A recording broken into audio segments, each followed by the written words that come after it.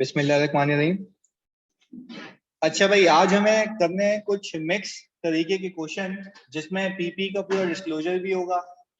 हो सकता है कि प्रीवियस ईयर्स में री वैल्यू होने के बजाय हमारा पीपी क्या हो गया हो, डाउनवर्ड री वैल्यू हो गया हो, अब जाके वापस क्या हो रहा हो, अपवर्ड हो रहा हो। तो आपने वो सारे हिसाब किताब देखने हैं, बस 1 मिनट दीजिएगा।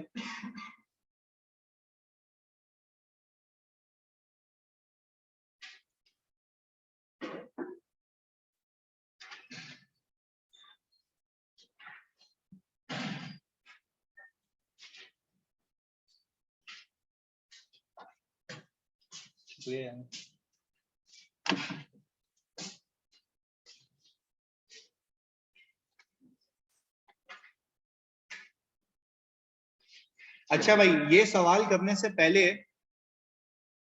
बिल्कुल जानिए, सब नजर आ रहा होगा तुम्हें, दिल से देखो बिल्कुल। अच्छा जी, ये बिल्कुल 4th सेशन है आई थिंक। इधर पहले जल्दी से एक हल्का सा रिवीजन, और हल्के से रिवीजन के लिए पेन कहाँ लेके चला गया, ये जी, ओके। अच्छा भाई, हमने बोरिंग कॉस्ट सीखा था, प्लीज जल्दी जल्दी यहाँ तुम लोगों ने बताना है फुल एक्टिवली। मुझे बताओ, बोरिंग कॉस्ट के अंदर हमने ये कहा था कि भाई बोरिंग कॉस्ट, फॉर एग्जांपल अगर मुझे एसेट बनाना है और मेरे पास पैसे नहीं है, तो मैं कितने तरीके की बोरिंग कर सकता हूँ? दो, एक स्पेसिफिक, दूसरा जनरल। वेरी गुड यार, बिल्कुल क्लियरली रिवीजन करना है हमने। अच्छा मुझे एक बात बताओ, हम कहते ये हैं कि दो अलग अलग चीजें लेके चलते हैं, यहाँ पे मैं लिख भी देता हूं। मैंने कहा कि अगर आपने स्पेसिफिक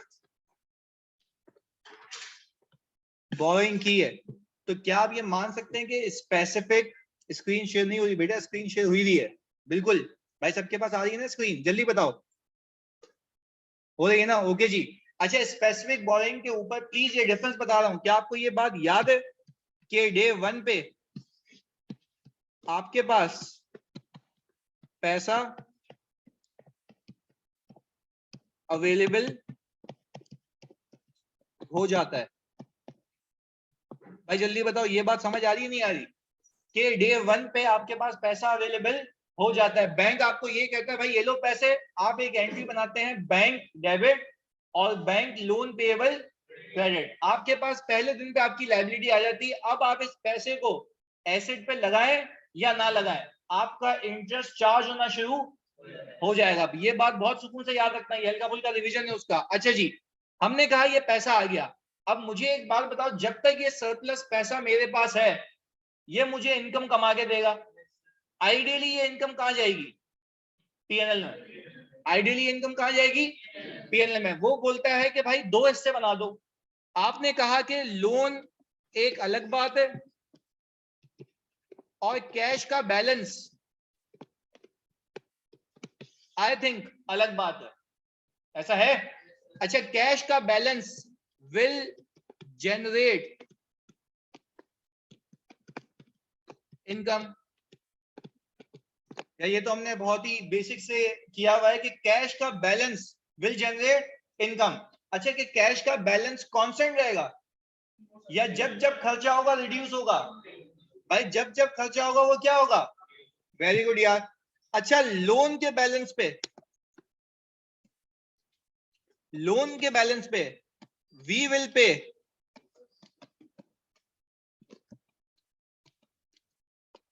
इंटरेस्ट, ये हमने देखा हुआ है जी।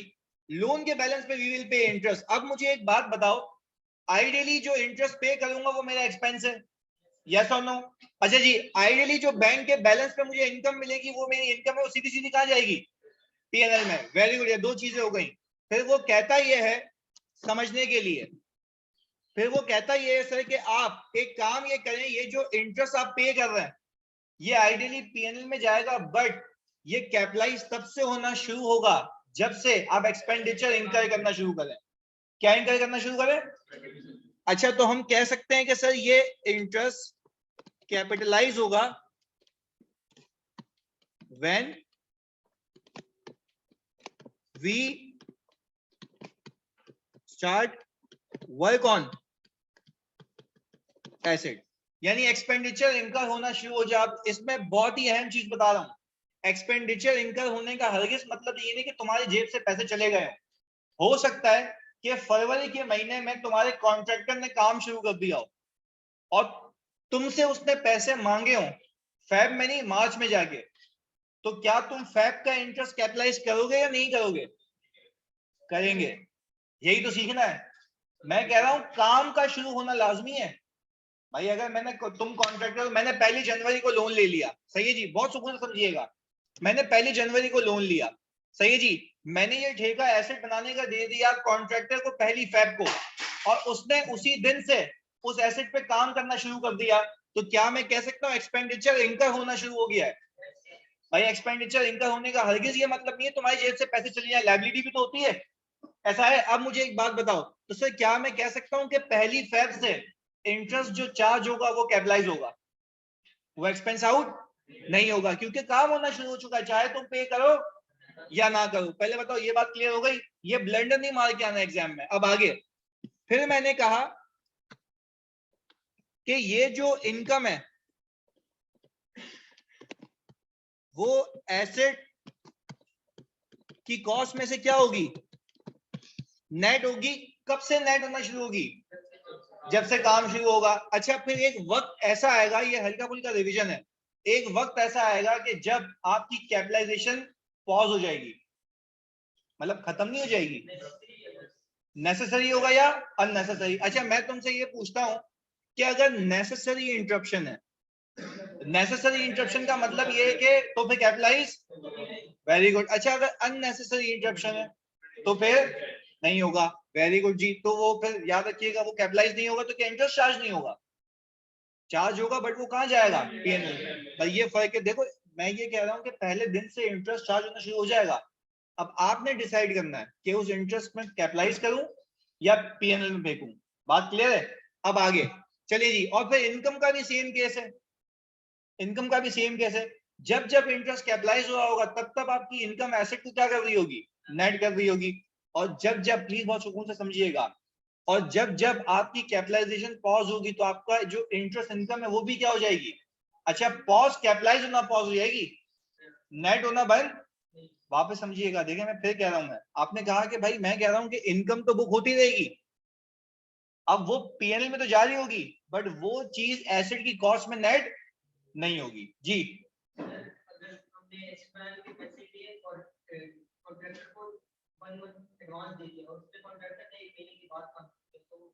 अच्छा देखो भाई, कॉन्ट्रैक्टर को पैसे दे दिए, सही है, काम तो एसेट पे एक्सपेंडिचर इनका होना शुरू नहीं हुआ ना, तो फिर वो इंटरेस्ट कैपिटलाइज नहीं होगा, सही है जी। अच्छा भाई, अब एक बात, ये सर नेसेसरी और ये अननेसेसरी क्या होता है? भाई नेसेसरी हर वो चीज होगी जो एसेट को उसकी इंटेंडेड कंडीशन में लाने के लिए लाजमी है। अब लेट से मैं कह रहा हूं कि भाई आपने एक बिल्डिंग कंस्ट्रक्ट करनी है, उसके लिए आपने 15 दिन का एक टाइम है जो कि आपने उसको देना है ताकि वो सीमेंट वगैरह सही हो जाए, तो क्या ये नेसेसरी है अननेसेसरी है? नेसेसरी है। तो इस केस में आपकी जो कैपिटलाइजेशन है वो सीज नहीं होगी या पॉज नहीं होगी। बात समझ आ रही है? अब एक और चीज मैं कह दूं कि भाई दंगे फसाद हो रहे, नीचे लोग एक दूसरे को चमाटे मार रहे हैं, गिरा रहे हैं एक दूसरे को, ये फड्डे हो रहे हैं, इस पे काम रुक गया है, तो क्या ये काम नेसेसरी या अननेसेसरी? भाई उसके कंप्लीट होने के लिए नहीं था ना, वो लाजमी। अब वो अगर अनसर्टेन सिचुएशंस है तो इसका आईएफआरएस से क्या ताल्लुक है? वो बोलेगा भाई आपका जो इंटरेस्ट चलता रहा है वो अननेसेसरी है, उसको आप कहां फेंक देना? पीएनएल में। बस ये बात याद रखनी है आपने। चलिए जी, इनकम एक्सपेंस का कॉन्सेप्ट समझ आ गया। अब एक और बात, एक माइंड मैपिंग कर लेते हैं ताकि मैं आपको सवाल पे उतार दूं, सही है जी।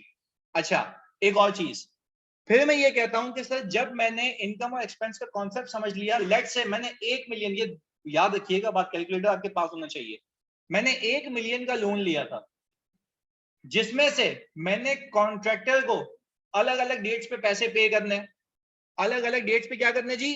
पैसे पे करने। 1 मिलियन में से मैंने लेट से 6 लाख रुपए 1 फेब को ही पे कर दिए, पहली, बचे कितने? 4 लाख। अच्छा जी, फिर मैंने क्या किया कि मैंने 4 लाख रुपए पे कर दिए कोई अप्रैल की 1 तारीख को, मेरे पास पैसे कितने हो गए? 0 हो गए। अच्छा, अब कॉन्ट्रैक्टर से जो कॉन्ट्रैक्ट हुआ है वो 1.8 मिलियन का हुआ है। कितने का हुआ है? अच्छा, क्या मेरे बच्चों ये बता सकते हो कि अप्रैल में पैसे बचे या खत्म हो गए? वेरी गुड यार, बहुत सुकून से यहाँ पे समझना भाई। ऑनलाइन में तो तुम सब ये बात समझ आ रही है अप्रैल में पैसे। अच्छा अब एक बात है, अप्रैल में पैसे खत्म होने का मतलब ये कि कैश बैलेंस खत्म हुआ है, लोन अपनी जगह है, उस पर इंटरेस्ट चार्ज हो रहा होगा। ये बात नहीं आई समझ? समझे? देखिए मैं कह रहा हूं कैश का बैलेंस एक अलग चीज है, लोन का बैलेंस एक। मैं कह रहा हूं लोन लायबिलिटी तो अपनी जगह है ना, ये आपने जो पैसे दिए किसको दिए? कॉन्ट्रैक्टर को। बात समझ आ रही है? अच्छा जी, तो यहां पे एक इलस्ट्रेशन के तौर पे मैंने कहा मेरे पास बैंक लोन था 1 जनवरी को 1 मिलियन का। हमने कहा सर 1 मिलियन लिख देते हैं। पहली पेमेंट मैंने आपको कब बताई भाई? 1 फेब को। कितनी? 6 लाख। हमने यहां से कटा दिया। फिर हमने कहा कि भाई आपने दूसरी पेमेंट 1 अप्रैल को, वो कितनी? 4 लाख रुपीस। मेरे पास बैलेंस कितना हो गया? पर मैं कह रहा हूं आप जो इंटरेस्ट पे कर रहे होगे वो तो अभी भी 1 मिलियन पे कर रहे होगे ना, क्योंकि आपने लोन को रीपे नहीं किया। Very good. आगे सुने। फिर मैंने कहा मेरा जो कॉन्ट्रैक्टर है उससे जो कॉन्ट्रैक्ट हुआ है वो हुआ 1.8 मिलियन का। अच्छा अब हुआ ये से समझा रहा हूं। हुआ ये जानी कि आपके पास अब आपको कितने और पे करना है? अच्छा जी अब सुनिएगा, अब जब आपको 8 लाख रुपीस यानी 0.8 मिलियन और पे करने हैं तो आपने कुछ चीजों का ख्याल रखना है। अब आपने करना ये है, लेट से उसने आपसे 1 सितंबर को एक बिल रेज किया है सर 5 लाख रुपए का। कब रेज किया है? 1 सितंबर को 5 लाख रुपए का। अच्छा मुझे एक बात बताओ, क्या तुम्हारे पास कैश का बैलेंस अवेलेबल है? खत्म हो चुका? Very good. अब आपके पास एक बोरिंग आती है, इसका नाम क्या है? General boring. अब एक चीज सुने, जनरल बोरिंग की लिमिट मैं यहां पर लिख भी रहा हूं ताकि आप भूले नहीं।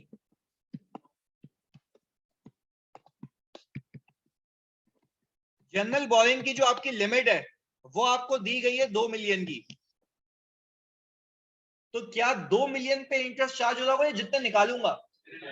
Very good. ये फर्क है स्पेसिफिक बोरिंग के अंदर और जनरल बोरिंग के अंदर, यही फर्क है। स्पेसिफिक बोरिंग के अंदर पैसा पहले दिन पे आपके हाथ में होता है, तो आप उसको यूज करें या ना करें आपका इंटरेस्ट चार्ज होना शुरू हो जाता है। जनरल बोरिंग में इसके बर्क्स क्या होता है जल्दी बताओ?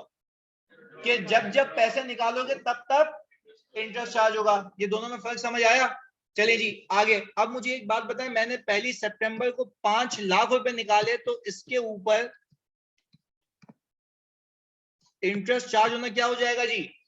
स्टार्ट हो जाएगा। अब आगे सुनिएगा बहुत सुकून से। वो आपको कह ये रहा है कि अक्टूबर 1 को कंस्ट्रक्शन खत्म हो गई। ये तुम लोगों के लिए रिवाइज करवा रहा हूं। अक्टूबर 1 को कंस्ट्रक्शन क्या हो गई? अच्छा अब एक बात का जवाब दो, अगर अक्टूबर 1 को कंस्ट्रक्शन खत्म हो गई तो मेरा इंटरेस्ट कब से लेके कब तक चार्ज होगा? नहीं,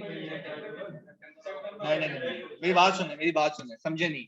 मैं शुरू से अगर बात करूं, ऑनलाइन मतलब साथ देना तुम लोगों ने और तुमने भी। मैंने लोन कब लिया था? 1 जनवरी को। पहली चीज लोन आ गया। इंटरेस्ट कब से चार्ज होना शुरू हो जाएगा? चार्ज होना अलग बात, कैपिटलाइज होना ये हमें याद रखना है। सही है? आगे कॉन्ट्रैक्टर ने काम कब शुरू किया? 1 फेब को। ऐसा ही है? तो मैं तुमसे ये पूछ रहा हूं इंटरेस्ट कैपिटलाइज कब से होना शुरू होगा? वेरी गुड, 1 फेब से। चार्ज कब से? वापस से। चार्ज कब से? 1 जनवरी। कैपिटलाइज कब से? 1 फेब। ये हमें याद रखना है। चलिए जी, फिर मैंने ये कहा, प्लीज सुनिएगा, फिर मैंने ये कहा कि भाई अब मेरे पास पैसे खत्म हो गए, कॉन्ट्रैक्टर को अभी रिमेनिंग कितने देने? 8 लाख रुपए। अगर मैं सितंबर से पहले की बात करूं तो कितने देने थे? 8 लाख रुपए। 5 लाख रुपए जो उसने मुझसे मांगे सितंबर में मांगे, बचे कितने? 3 लाख रुपए। पर मैं तुमसे ये पूछ रहा हूं कि आपका इंटरेस्ट 1 फेब से लेके जब तक ये एसेट कंप्लीट नहीं होता तब तक क्या होगा? कैपिटलाइज होगा। ऐसा ही है? तो आपको मैंने बताया ये एसेट कब कंप्लीट हुआ, तो इस पूरे साल में ऐसे कितने महीने जिसपे इंटरेस्ट कैपिटलाइज होगा? फेब, मार्च, अप्रैल, मई, जून, जुलाई, अगस्त, सितंबर, अक्टूबर। पहली अक्टूबर, यानी कितने महीने? 8 मंथ्स। वापस से देखो, ये अक्टूबर का आखिर नहीं है, अक्टूबर 1 है। तो क्या हम ये कह सकते हैं, प्लीज सुनिएगा, कि हमारे पास 8 मंथ्स का जो इंटरेस्ट है वो क्या होगा? कैपिटलाइज होगा। या प्लीज सुनिएगा इधर, आपने इस पूरे साल में पहली फेब से लेके सितंबर तक कितनी पेमेंट्स की हैं? 3, और वो भी 1.5 मिलियन की। क्या मैं कह सकता हूं ये पेमेंट्स हैं? अच्छा, पर आपका पीपी खत्म हो चुका है, यानी कंप्लीट हो चुका है। अब आप मुझे एक बात बताएं, जब पीपी कंप्लीट हो चुका है तो मुझे एक और बात का जवाब दो, क्या मैं अपने पीपी में 1.5 मिलियन डालूं या वो पैसे भी जो वो आगे मांगेगा? देखो, ये मैंने सिखाया, ये पेपर में ब्लेंडर नहीं मार के आना। मैं कह रहा हूं उसने आपसे कॉन्ट्रैक्ट कितने का किया हुआ है? 1.8 मिलियन का। मैं कह रहा हूं तुमने पे कितने किए हैं? 1.5 मिलियन। तो जब एसेट वो रेडी करके तुम्हें दे चुका है, तो क्या तुम सिर्फ पेमेंट्स कैपिटलाइज करोगे या तुम्हें पे करना है वो भी? तो सर आपको एक चीज याद होनी चाहिए कि जो आपने येट टू बी पेड है, यानी जो पेबल है, वो भी आप इसमें क्या करिएगा? ये कितना बन गया? 1.8 मिलियन में कहूंगा प्योर कॉस्ट ऑफ एसेट है। इसके अंदर आप क्या ऐड कर देंगे?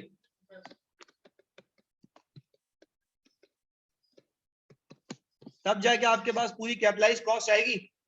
ऐसा है तो सर आपको ये बात याद होनी चाहिए, प्लीज समझिएगा। आपको वो जो इनकम है, इनकम क्या करना जी? Surplus income. तब जाके आपके पास क्या जाएगा? Cost of asset. अच्छा, अब सवाल करने से पहले ये पूरा एक ओवरव्यू दे दिया मैंने तुम्हें कि अच्छा, जनरल बोरिंग पे जाओगे कब? जब पैसा खत्म हो जाएगा। किसका पैसा? स्पेसिफिक का। अच्छा, अब एक चीज याद रखिएगा, आपके पास पैसे इस एग्जाम्पल में कब खत्म हो गए थे? 1 अप्रैल को पैसे खत्म हुए थे, एसेट का बनना खत्म।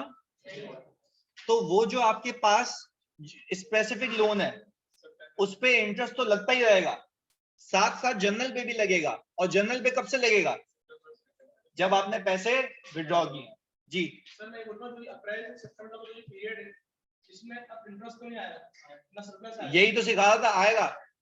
लेकिन सुने ना लॉजिकली मैं क्या कह रहा हूं भाई। देखो, एक सवाल आया, बच्चों सबको बता रहा हूं, एक सवाल ये आया कि सर आपके पास जब पैसे खत्म हो गए अप्रैल में, तो क्या उसके बाद इंटरेस्ट आएगा? भाई डेफिनेटली आएगा, क्योंकि आपने लोन तो रीपे नहीं किया ना। तो हमने जनरल से पैसे निकाले, हमने वो में निकाला सितंबर, जो भी हम इंटरेस्ट देंगे उसको। आप फिर तो पहले वाला लोन कहाँ गया? अच्छा, इंटरेस्ट तो लग रहा होगा, सरप्लस। बात समझ आई? ये इसलिए क्लियर किया है आज कि इंटरेस्ट तो लग रहा होगा, पैसे खत्म हुए हैं। अच्छा, आप प्लीज यार इधर सुने, जानी इधर, वे इधर देख जल्दी। 1 मिनट में जवाब दे रहा हूँ, खाली एक चीज याद रखना। मैं कह रहा हूं जो आपने स्पेसिफिक लोन लिया हुआ है, स्पेसिफिक लोन, मैं कह रहा हूं उस स्पेसिफिक लोन पे इंटरेस्ट जो लग रहा होगा वो बंद नहीं होगा, वो चार्ज तो हो रहा होगा, पर उसमें कैपिटलाइजेशन कब तक होगी? जब तक एसेट कंप्लीट नहीं होता। तो क्या मैं ये कह सकता हूं, इधर समझने के लिए यहां पे परफॉर्मा बनाते हैं, हम ये कह सकते हैं कि सर जो मेरी स्पेसिफिक बोरिंग है, मैंने कब की है भाई? 1 जनवरी को।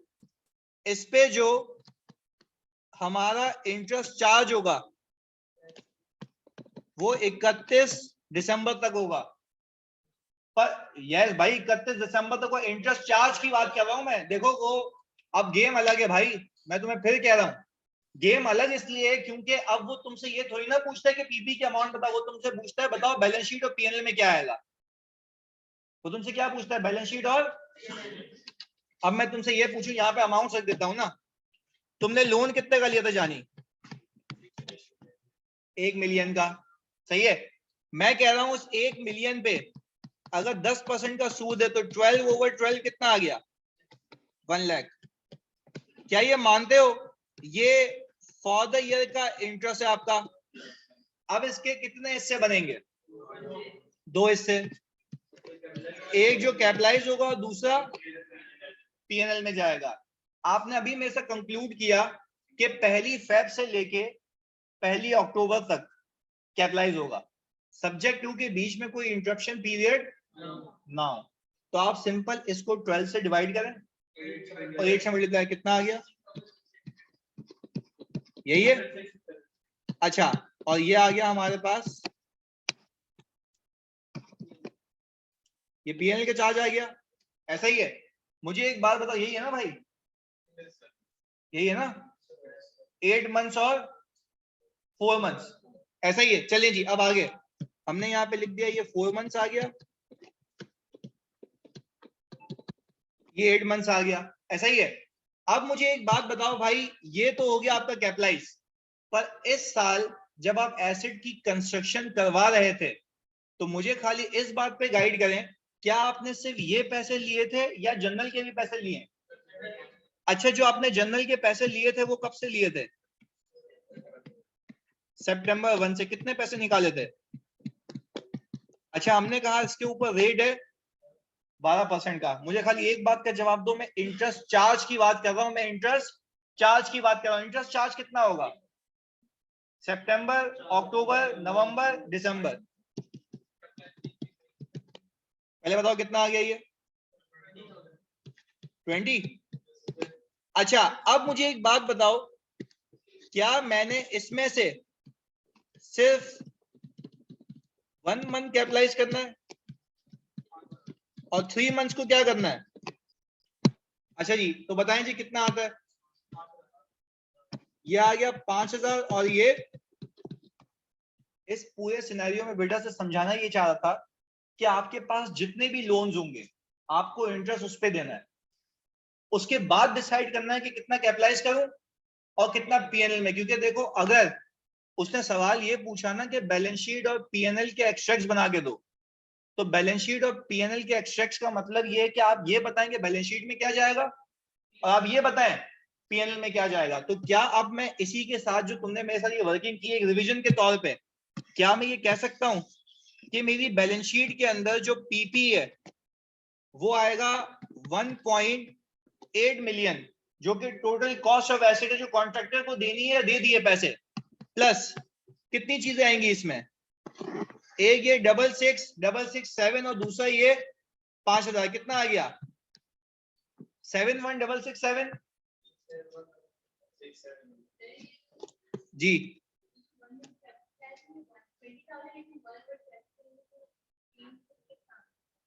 20,000 इंटू, पहली बात तो ये है 1/12 नहीं करूंगा मैं, क्योंकि ये कितने महीने का इंटरेस्ट है? 4 मंथ्स का है। इसको डिवाइड करो 4 से, मल्टीप्लाई करो 1 से, कितना आता है? 5 ही आएगा ना, 4 हिस्से हैं 20 के। बात क्लियर है? ये आ गया। अच्छा जी, अब मुझे एक बात बताएं, 66667 प्लस 5000 कितना है जी? 71667, ऐसा ही है भाई? अच्छा, हम ये कह रहे हैं कि हमारी बैलेंस शीट में पीपी जो कॉन्ट्रैक्टर को पे किया है वो, और जो इंटरेस्ट कैपिटलाइज किया है वो, और एक और चीज आपने यहाँ पे बैलेंस की इनकम निकाल लेनी है। प्लीज मुझे एक बात बताओ, आपके पास जनवरी 1 के ऊपर बैलेंस कितना था? 1 मिलियन। आपने 1 फेब को कितना पे किया? 6 लाख रुपए। प्लीज देखिएगा भाई, ये सिर्फ रिवीजन है। अच्छा, क्या मैं कह सकता हूं मैंने एक महीने की इनकम बुक, क्योंकि लेट से 5% की इनकम है, तो ये आ गया 1/12, कितना आता है? 4167, ये आ गया जी। अच्छा भाई, इसके बाद आपके पास बच गए थे 4 लाख रुपए। मुझे जल्दी से बताओ, ये 4 लाख रुपए आपको इनकम कब तक कमा के देंगे? जब तक नेक्स्ट पेमेंट नहीं होती। हमारी सिचुएशन के अंदर जो हमारी नेक्स्ट पेमेंट हुई है वो 1 अप्रैल को हुई है, तो क्या हम कह सकते हैं फेब और मार्च कितने महीने? 2 महीने। सर हमने कहा ये 5% और 2 मंथ्स, कितना आ गया?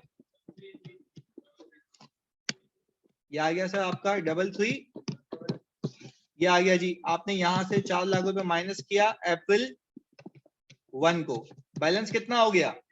0। मैं तुमसे ये पूछता हूं, इसमें से कौन सी ऐसी इनकम है जो पीएनएल में जाएगी? ये पीएनएल में जाएगी। अच्छा जी, और ये क्या हो जाएगी? कैपिटलाइजेशन में नेट हो जाएगी। अच्छा जी, तो आपने सिंपल ये किया कि भाई आपने यहां से माइनस किया 3333, बताया मुझे पीपी की अमाउंट कितनी आ गई, जो फाइनल पीपी है 1868334। बेसिकली सिर्फ इसमें रिवीजन आपको ये करना था कि आपको ये बताना था कि बैलेंस शीट में क्या जाना है और पीएनएल में क्या जाना है। अच्छा, अगर मैं पीएनएल का चार्ज निकालूं तो बच्चों मुझे बताओ कि इंटरेस्ट एक्सपेंस कितना आएगा? मेरे ख्याल से एक तो ये आएगा 3333 और ये 15,000, इन दोनों का सम कितना है? 48,333। अच्छा जी, इंटरेस्ट इनकम भी है कोई, वो कितनी है भाई? 4167। और एक और बात बताता चलूं, किसी बच्चे ने अगर इनकम की या एक्सपेंस की वर्किंग की और उसने बैलेंस शीट और पीएनएल के एक्सट्रैक्ट्स नहीं बनाए, तो फिर वो जो कहता है ना मेरा पेपर 48 पे रुका है, मैं बता रहा हूँ क्योंकि मेरी बात हुई है आईकैप में। मैं जब जाहिर सी बात है ट्रेनिंग्स में जाता हूँ तो वहां पे ये डिस्कशन होती है मेरी। वो सिर्फ ये कह रहे थे कि बच्चा वर्किंग करके बोलता है कि भाई तू मेरे बाप का नौकर है, आगे खुद कर लियो। सही है ना? मतलब वो ये कह रहा है, बोल रहा है कि भाई वर्किंग करके छोड़, बोलता है इसके मार्क्स मिल जाएंगे। भाई सवाल की रिक्वायरमेंट होती है प्रिपेयर बैलेंस शीट और पीएनएल एक्सट्रैक्ट्स। तो आधे नंबर किसके होते हैं? वर्किंग के। आधे नंबर किसके होते हैं? प्रेजेंटेशन के। यानी आपने अगर से वर्किंग की और आपने उसको प्रेजेंट नहीं किया तो आप ये बात लिख लें कि अगर 15 नंबर का सवाल है then you are only getting 7.5। क्या नहीं लिखा हुआ हो तो फिर और क्या लिखता है सवालों में? एक मैं बात कह रहा हूं, कोई ऐसा पास पेपर निकालो और मुझे बताओ, सजेस्टेड आंसर में आप रिक्वायरमेंट तो देखें। कोई एक ऐसा सवाल उठा, चलो निकालो अभी जल्दी से, निकाल के दिखाओ मुझे पास पेपर, और उसमें बता दो ऐसा कौन सा सवाल है जिसमें उसने, भाई आपके सब्जेक्ट का नाम क्या है? Financial reporting. वो अकाउंटिंग तो बोलता है पर उसको क्या करना है? रिपोर्ट करना है। तो भाई आपको एक चीज याद रखनी है कि अगर आपने कैलकुलेशन की, मैं बता रहा हूं फेल हो जाओगे। सिर्फ कैलकुलेशन नहीं करनी है। अब लेट से अब एक बच्ची का मुझे मैसेज आया कि सर मैं कैश फ्लो कर रही हूँ, मैंने टी अकाउंट बना के ऐसे ही रख दिए हैं, बाकी कॉपी बंद करेगी खोलेगी तो खुद ही फिगर वहां पे जाके पुट हो जाएंगी। इधर समझने की बात यह है भाई, खुदा के वास्ते आपने फाइनल आंसर निकालने में, फिर कह रहा हूँ फेल हो गए अपनी गलती पे, तो आपने टाइम मैनेजमेंट ही करनी है। हाँ जी, अब एक दो सवाल ले लेते हैं। अच्छा एक और चीज में, एक और चीज थी, आखिरी चीज प्लीज जी, पहले तो पूछ।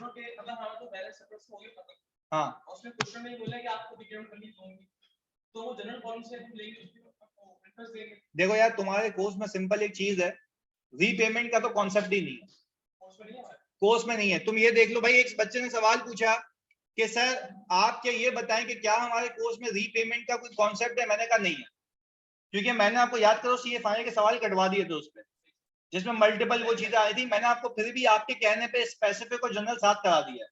सही है जी, रीपेमेंट होगी भी आपके कोर्स में, अगर आ भी गया तो वो आपके विद इन द लिमिट्स आएगा कैश के, उसके बाहर नहीं आएगा। सही है, क्लियर है? एक मिनट रुकिएगा। अच्छा भाई, अब एक आखिरी चीज जो बच्चे कह रहे हैं, एक बात मुझे समझा दो कि अगर मेरे पास स्पेसिफिक बोरिंग नहीं है, अनीक तू बताएगा, अगर मेरे पास स्पेसिफिक बोरिंग नहीं है तो मैं फिर कहां से पैसे लूंगा? लेट से मैंने एसेट को कंस्ट्रक्ट करना शुरू किया, सही है जी, और मैंने कोई स्पेसिफिक लोन नहीं लिया, पर मेरे पास 5 मिलियन की पैसे विड्रॉ करने की लिमिट है। तो अनीक, जो मेरे पास 5 मिलियन की पैसे विड्रॉ करने की लिमिट है, उस पर इंटरेस्ट चार्ज होना शुरू हो जाएगा? भाई क्या अनीक सही कह रहा है कि आपके पास लिमिट होना अलग बात, विड्रॉ करना? अभी मैं ये भूल गया कि मेरे पास स्पेसिफिक, देखो स्पेसिफिक का सीधा गेम है, पैसे आ गए इंटरेस्ट चार्ज होना शुरू हो जाएगा। आगे सुने, मैंने कहा मैंने जनरल बोरिंग से 1 फेब को या 1 अप्रैल को पैसे निकाले, इंटरेस्ट कब से चार्ज होगा? जब पैसे निकालेंगे। कब से निकाले? 1 फेब या अप्रैल से, तब से इंटरेस्ट चार्ज होना शुरू होगा। पहले बताओ, यहाँ पे क्लैरिटी है? अच्छा, फिर एक बच्चे का सवाल आया कि सर जनरल बोरिंग में क्या आपके पास कोई इनकम का केस हो सकता है? रीजन तो उसका बताया था मैंने।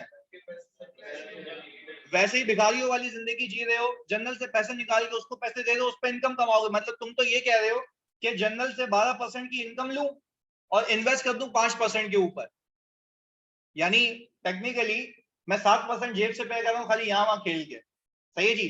तो टेक्निकली आपको ये बात याद होनी चाहिए कि आपके पास सरप्लस पैसा सिर्फ कौन से केस में बचता है? स्पेसिफिक, क्योंकि वो आपके पास पैसा डे 1 पे आ जाता है, अवेलेबल हो जाता है। भाई ये बात क्लियर हो गई? जल्दी बता दो भाई, तुम सबको भी क्लियर है ये? चलिए जी, अब आगे जल्दी से एक और चीज प्लीज बहुत फोकस के साथ। एक और चीज ये हमने क्लियर कर दिया कि जनरल के अंदर कोई आपके पास सरप्लस का केस नहीं होगा। आगे अब एक बच्चे ने कहा सर वेटेड एवरेज भी बता दें, सुनिएगा जल्दी फोकस के साथ इधर। अब मसला ये है कि हो सकता है कि मेरे पास एक से ज्यादा बैंक्स की फैसिलिटी हो। अबे हाँ या नहीं? हाँ जी, ओके। एक से ज्यादा बैंक्स की फैसिलिटी हो मेरे पास, तो जब मेरे पास मोर देन वन बैंक की फैसिलिटी अवेलेबल है, तो फिर स्टैंडर्ड ये कहता है कि हो सकता है कि भाई आप कभी यहां से पैसे निकाले, वहां से पैसे निकालें। इस केस में आपने करना क्या है वो सिखाने जा रहा हूं। आपने दोनों बैंक्स का इंटरेस्ट आपको दिया हुआ होगा, याद करो ऐसा कुछ किया है? आपको दोनों बैंक्स का इंटरेस्ट दिया हुआ होगा, यानी इस बैंक पे कुल मिला के इंटरेस्ट कितना है, इस बैंक पे कुल मिला के इंटरेस्ट कितना है। भाई थोड़ा एनर्जेटिक होकर बोलना, जिंदा लाशो तुम्हारे लिए हो रहा है प्रैक्टिस सेशन। सही है जी। मैंने कहा कि भाई कुछ इस बैंक ए और बैंक बी पे इंटरेस्ट इतना इतना है, आपने दोनों को सम किया, आपने बोला दोनों बैंकों को मिला के इतना इंटरेस्ट है। फिर आपको ये देखना है कि भाई आपने इसमें से कब कब पैसा निकाला है, वो प्रैक्टिकली आपके लिए इम्पॉसिबल है। तो उसके लिए आप क्या करते हैं, वेटेड एवरेज बैलेंस लेते हैं। क्या लेते हैं जी? वेरी गुड यार। अच्छा, फिर उस वेटेड एवरेज बैलेंस को आप नीचे डिनोमिनेटर में दिखा देते हैं। आप ये कहते हैं, आपकी अजम्पशन होती है, आपकी अजम्पशन ये होती है कि एस, प्लीज सुनिएगा ये बहुत फोकस करा, इसमें इतनी सी भी मसला हो या इशू हो मुझे अभी भी पूछना। आप ये कहते हैं कि total interest of bank divided by total borrowing till date, यानी टोटल इंटरेस्ट आपने ऊपर रखा, टोटल एवरेज बोरिंग नीचे रखी, तो आपको मिल गया एक एवरेज रेट कि इतने इंटरेस्ट पे इतने लोन को डिवाइड किया तो मैंने परसेंटेज में इतना इंटरेस्ट पे किया होगा। पर क्या ये किसी एक बैंक का है, दोनों को मिला के? और ये एवरेज रेट है, इसको हम कहते हैं एवरेज रेट ऑफ कैपिटलाइजेशन। क्या कहते हैं? ताकि अब आपको फिर वो क्या कहेगा, आपने इस दिन पे जनरल बोरिंग से इतने पैसे निकाले, तो आप क्या करेंगे, आप करेंगे ये जिस दिन पैसे निकाले उसको उस रेट से मल्टीप्लाई करेंगे, ताकि आपको ये पता लग जाए कि इस पूरे इंटरेस्ट एक्सपेंस में से कैपिटलाइजेशन वाला कितना है। पर क्या जो कैपिटलाइजेशन वाला तुम निकाल रहे हो वो दोनों का रिप्रेजेंटेटिव है? तो आपने सिंपल एग्जाम में क्या करना है कि एक से अच्छा, फॉर ऐसा सवाल मैं तुम्हें पास पेपर में आया था वो रिकॉल करवाता हूँ। 2020 में मेरे पास एक ही बैंक था, 2020 में मेरे पास एक ही बैंक था, उसका इंटरेस्ट एक्सपेंस भी दिया हुआ था। तो क्या मैंने एवरेज रेट ऑफ कैपिटलाइजेशन निकालना, नहीं निकालना? नहीं निकालना, क्योंकि एक ही बैंक था। तो आपने क्या किया था, पिछले साल के यानी जो पहला साल था उसके अंदर आपने जितने पैसे निकाले से उसके ऊपर इंटरेस्ट चार्ज किया। आपने बोला टोटल में से इतना कैपिटलाइज होगा, तो बाकी क्या हो जाएगा, बाकी क्या हो जाएगा? पीएनएल नहीं, इसको अंग्रेजी में बोलो इनकम या expense? Expense out. Very good. मैंने कहा टोटल इंटरेस्ट में से आपने एक ही बैंक का जब कैपिटलाइजेशन निकाल लिया तो आपको याद आएगा ना, टोटल इंटरेस्ट एक्सपेंस में से कैपिटलाइज इतना होना, तो बाकी क्या होना है, एक्सपेंस आउट होना। ये बात याद आ रही है? पास पेपर तो ऐसा। इसके बाद दूसरी चीज सुने, बिल्कुल अब एक और चीज। फिर मैंने कहा अगले साल आ गए, अगले साल एक की जगह कितने बैंक हो गए? अब आपके पास दो बैंक्स का इंटरेस्ट आ रहा था। क्या पूरा पीएनएल में ले जाऊं या पहले एवरेज रेट ऑफ कैपिटलाइजेशन निकालूं? अच्छा, फिर एवरेज रेट ऑफ कैपिटलाइजेशन निकाल के आप देखें कैपिटलाइज कितना होना है, तो आपका जितना कैपिटलाइजेशन बनता है उस दोनों में से माइनस करके बाकी क्या ले जाए, पीएनएल में। किस नाम पे? एक्सपेंस के नाम पे। भाई ये रिकॉल हो गया? जो तो सर हम अपने पास ये लिख क्यों नहीं लेते जिसने नहीं लिखा हुआ कि हमारा एवरेज रेट ऑफ कैपिटलाइजेशन सिर्फ एक ही शर्त पर निकलेगा जब बैंक एक से ज्यादा हो। बात क्लियर है? अब सवाल दे दूं जी? ओके, अब प्लीज ये फुल मोटिवेशन के साथ करना, और सवाल करने से पहले याद करना है प्लीज दो तीन चीजें। मैं आपको ये बताता चलूं, आपको एक ट्रिक बता रहा हूं कि कब कैसे सवाल हैंडल होना है। सबसे पहले कौन से बैलेंसेस आएंगे? ओपनिंग। अगर डिस्क्लोजर की बात कर रहे हो, ओपनिंग के बाद आप दो अकाउंट्स खोलेंगे, कॉस्ट का अकाउंट और अक्यूमुलेटेड। अच्छा, फिर वही चीज हो सकता है कुछ एसेट फेयर वैल्यू पे हो और कुछ किस पे हो, कॉस्ट पे कैरी हो रहे हैं। मैं ये कह रहा हूं कि भाई चाहे कॉस्ट पे हो चाहे फेयर वैल्यू पे हो, फेयर वैल्यू वाला मंजन कब सोचना है? साल के आखिर में। फेयर वैल्यू वाला मंजन कब सोचना है? अच्छा, जब साल के आखिर में फेयर वैल्यूएशन करोगे उसके लिए you need a carrying amount. Carrying amount के लिए रिमेनिंग लाइफ चाहिए, पर आपके पास जो ऊपर फेयर वैल्यू गिवन होगी या तो वो लेटेस्ट होगी, कुछ सालों पहले वाली होगी, तो आपको पता है उस साल वाली वैल्यू से डिवाइड करना है। सरप्लस के लिए अलग मंजन है। और हाँ, एक चीज सिखा दूं, बोरोइंग कॉस्ट का आपको आखिर में नहीं सोचना, एडिशन के वक्त सोचना है। बोरोइंग कॉस्ट का कब सोचना है? क्योंकि देखो लॉजिकल सी बात है यार, बोरोइंग कॉस्ट का आखिर में नहीं सोच सकते क्योंकि वो एडिशन में फॉर द ईयर में आएगा और फिर वो कंप्लीट होकर डेप्रिशिएट भी होगा। तो यानी सर हमने कंक्लूड किया रीवैल्यूएशन का कब सोचेंगे? आखिर में। Very good. और इसके बाद बोरोइंग कॉस्ट का कब सोचेंगे? एडिशन के वक्त। सही है जी। सवाल भेज रहा हूँ ग्रुप के ऊपर, यहाँ पे भी चिपका रहा हूँ, सॉल्व करके दिखाएं। बल्कि यहाँ आई थिंक मैंने चिपका दिया था, ये रहा। ग्रुप पे भेज रहा हूँ, जानिए। आएगा नहीं जानी पेज पे ये।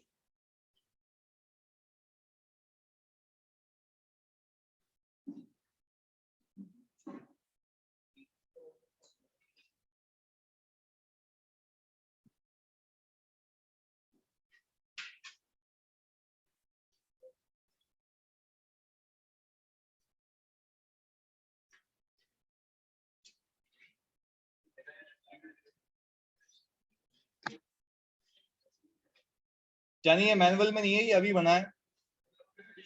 ग्रुप पे भेज रहा हूँ जानी।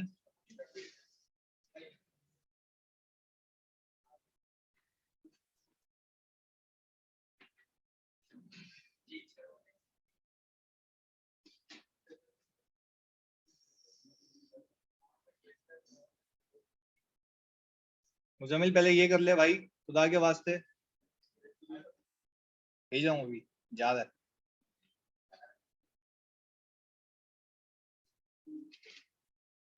मॉक तो कर लेना तुम लोगों का। और क्या हो गया भाई FAR 1 का? फेल हुए हो ना बेटा अगर उसमें? फिर बताता हूँ।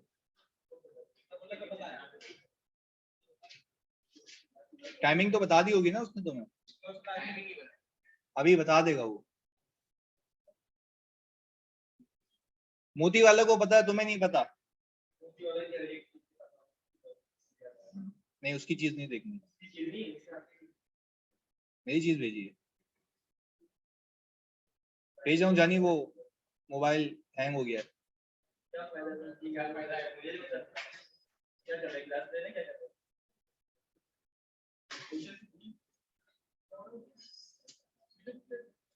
अभी पूछता हूँ। अगर भाई आईफोन हैंग नहीं हो रहा, ये पता नहीं इंटरनेट के सिग्नल नहीं आ रहे।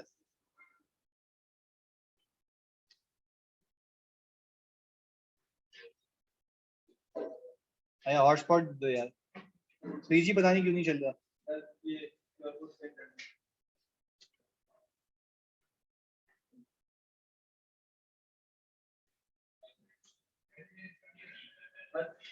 आया, देखो आया ग्रुप पे।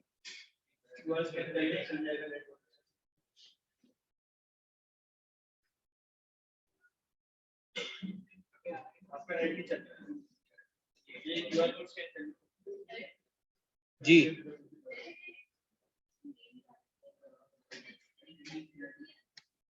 अननेसेसरी।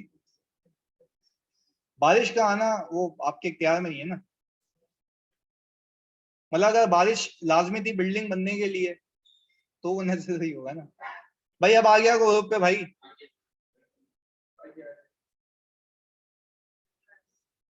आ गया भाई, अब क्या हाथ में दूं क्या?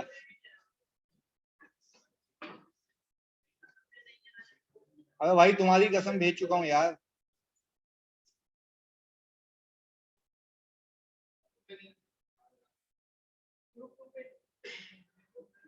ये ले भाई 2 पे भी भेज दिया वापस।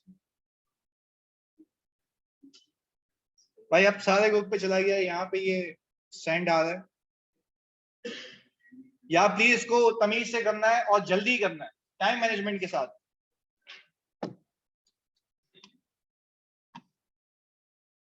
5वां ग्रुप भी है क्या हमारा?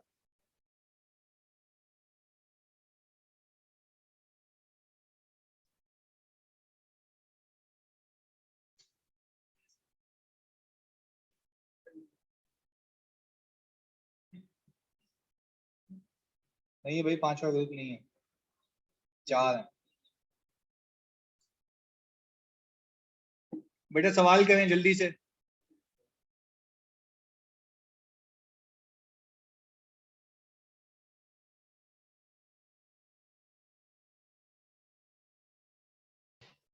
डिस्क्लोजर बनाना है जी।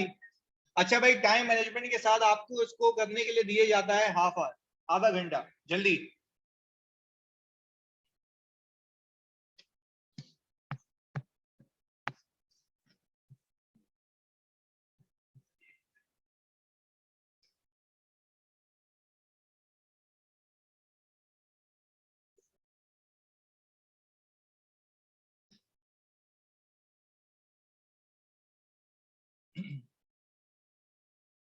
भाई पहले ओपनिंग का स्ट्रक्चर बना के जल्दी से मुझे इस प्लान की एडिशन बता दें जो आपने फाइनेंस किया हुआ है फंड्स को बोरो करके, जल्दी से। तो खैर हो गया मुस्तफा, इंटरेस्ट जिस पे भी ज्यादा है तू कैलकुलेट करके देना भाई।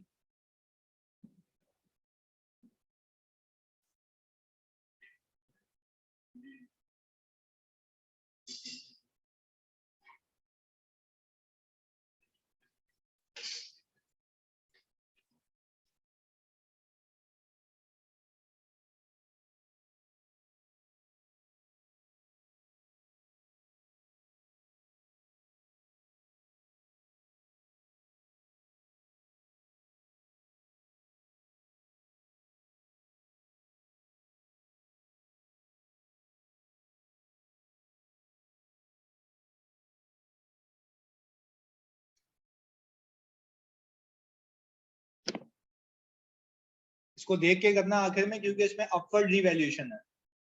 पहले एक बार डाउनवर्ड हो चुकी है, यानी पीएनएल में चार्ज आया हुआ है, तो आपने वर्किंग देख के करनी है इसमें।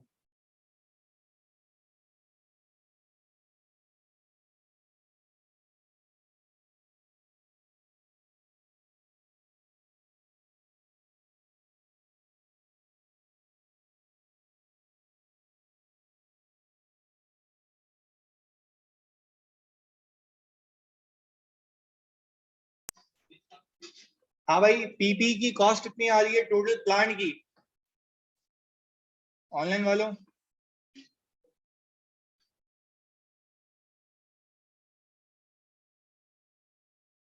2135। भाई अली की आ रही है 2135, राफे की भी 2.135।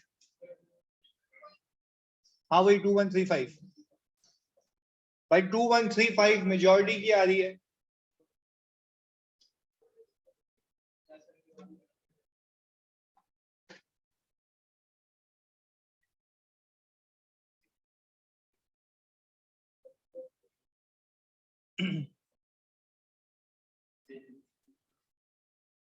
टू 2135, गुड, वेरी गुड, यही है।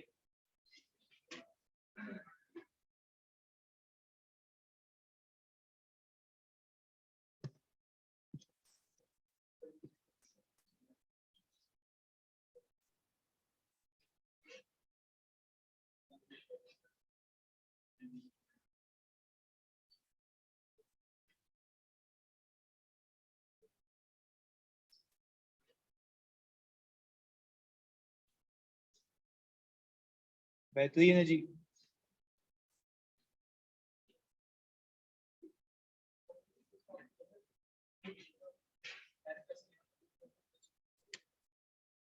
हाँ भाई मैं कर रहा हूँ सवाल, कर रहे हो?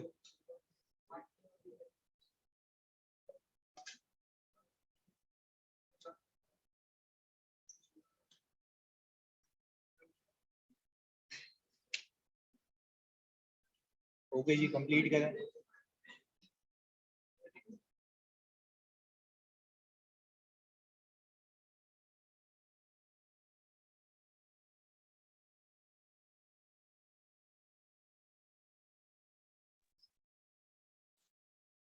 हाँ भाई बाकी 10 मिनट। आधा घंटा, 20 मिनट हो गए हैं। हाँ हाँ, मजाक से ठीक है।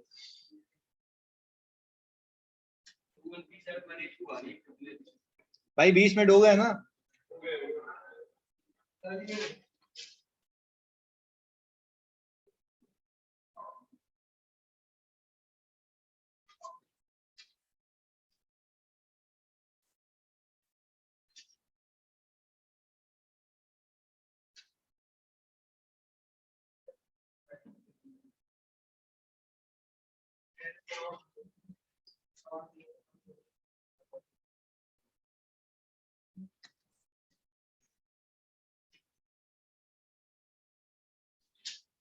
हाँ भाई, कोई डेप्रिसिएशन पे पहुंचा? हो गई, गुड यार। भाई बिल्डिंग की डेप्रिसिएशन बताई जा रही है 95833। नहीं, हर साल इसलिए पता लग रहा है नहीं हो रहा क्योंकि एक्यूमुलेटेड आ रहा है। बिल्कुल।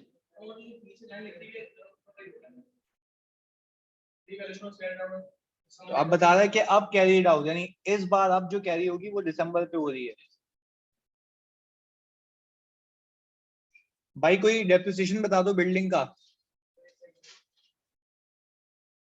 सिंपल 2.5 को 25 से डिवाइड कर दो। ये 9583 कहां से लेके आया भाई तू? ये 1 लाख रुपीज है आई थिंक, है ना?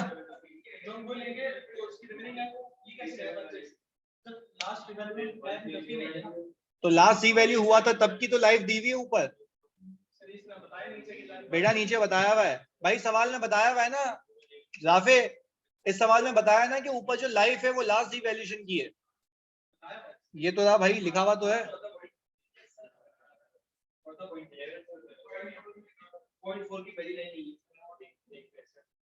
अच्छा यार, खुदा के वास्ते देखो यार, ये मैंने ज्यादा बातें नहीं कर, सुनो। लास्ट क्लास में मैंने सिखाया था तुम लोगों को कि लाइफ का कॉन्सेप्ट क्या है। मैंने कहा था लास्ट सी वैल्यूएशन पे जो वैल्यू थी अब वो रिमेनिंग लाइफ पे डेप्रिशिएट होगी, तो मैंने उसी वैल्यू को रिमेनिंग से डिवाइड करना है। या जानी ये तो बताया था लास्ट क्लास में, खुदा की कसम टेंशन दे दो तुम लोग यार। ओ भाई, वरना मैं कल भी क्लास लगा रहा हूँ, ये मॉक की ऐसी की तैसी वो देते रहना, मैं क्लास भी लगा रहा हूँ। क्या कर रहे हो तुम लोग? कल नहीं लगाई ना मॉक के चक्कर में? मैं लगा रहा हूँ, लगा रहा हूँ।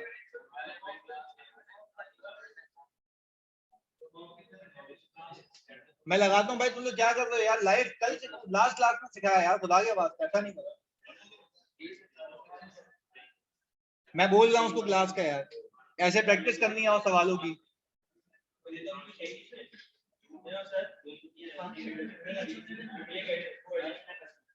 ये सिंपल सवाल दिया है यार, खाली इसमें डी वैल्यूएशन को उल्टा किया है, डाउनवर्ड से अपवर्ड है। मैं बोल देता हूँ उसको क्लास का। जल्दी करो, बाकी 10 मिनट है, 10 मिनट बाद मैं करवाऊंगा।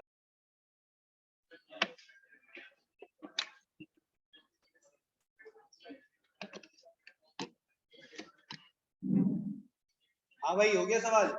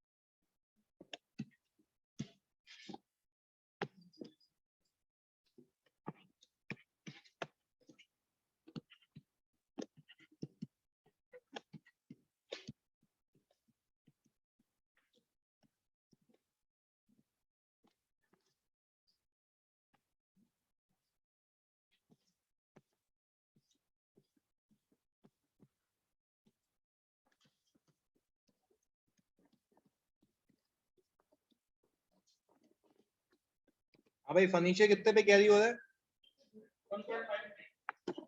1.5 मिलियन, ये आ गया आपके पास, और ये 185706,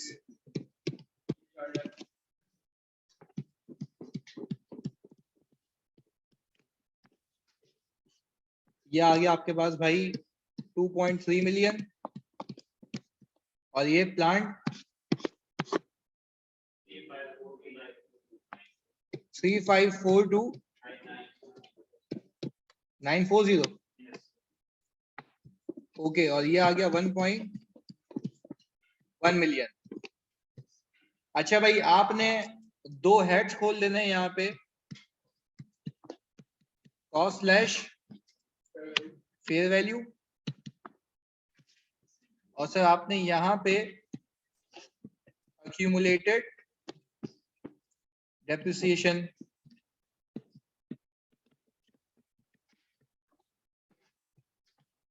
अच्छा भाई आपने सिर्फ इसका रेप्लिका बना देना है यहाँ पे,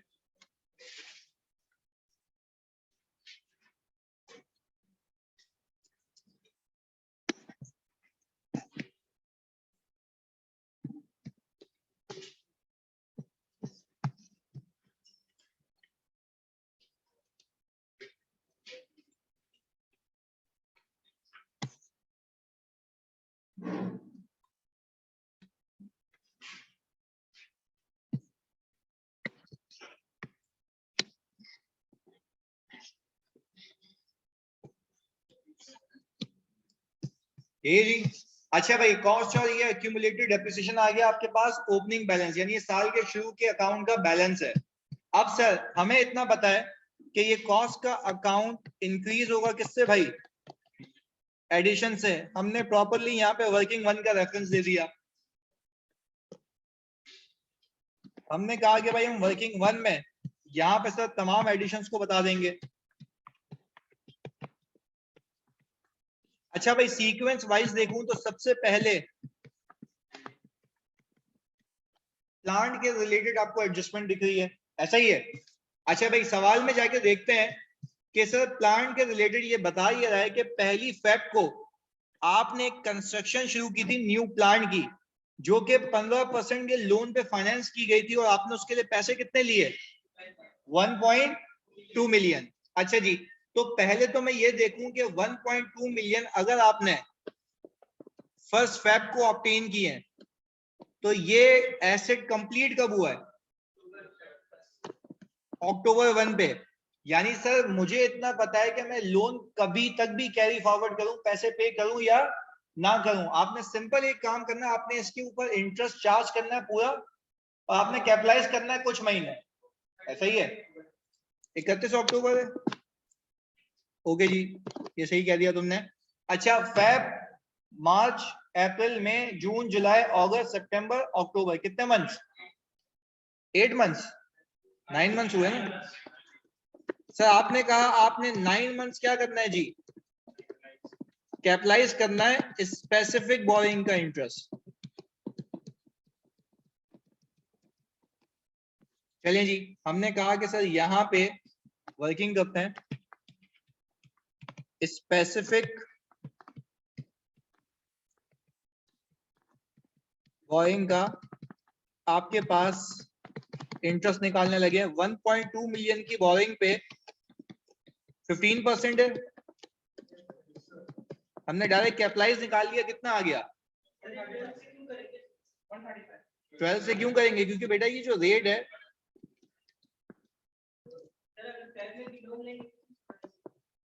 हाँ ना, बैंक वाला ये थोड़ी ना बोलेगा तू लोन कभी ले रहा है तो 11 महीने का इंटरेस्ट दियो मुझे, तो वो साल का चार्ज करेगा ना। पर इस साल 11 महीने का करेगा, अगले साल एक और महीने का करेगा, पूरे 12 महीने होगा वैसे, सही है। कितना आ गया जी, अच्छा ये पूरा कैपिटलाइज होगा, ये मुझे पता है। चलिए जी, अब इधर हमने कहा कि हम यहाँ पे सरप्लस इनकम की कैलकुलेशन कर लेते हैं। आपके पास पहली फेब को जो बैलेंस था वो कितना था बच्चों, 1.2 मिलियन। पहली पेमेंट कब हुई है, पहली ही फेब को हुई है। पेमेंट टू सप्लायर, अच्छा भाई वो कितने की हुई थी, ये आ गया। अच्छा ये 9 लाख रुपीस आपको कब तक कमा के देंगे, 31 मार्च यानी 2 मंथ्स, और इसका रेट ऑफ रिटर्न 8% है जी, 2/12। ओके जी, आपने कहा कि भाई 1 अप्रैल को कितने पे किया आपने,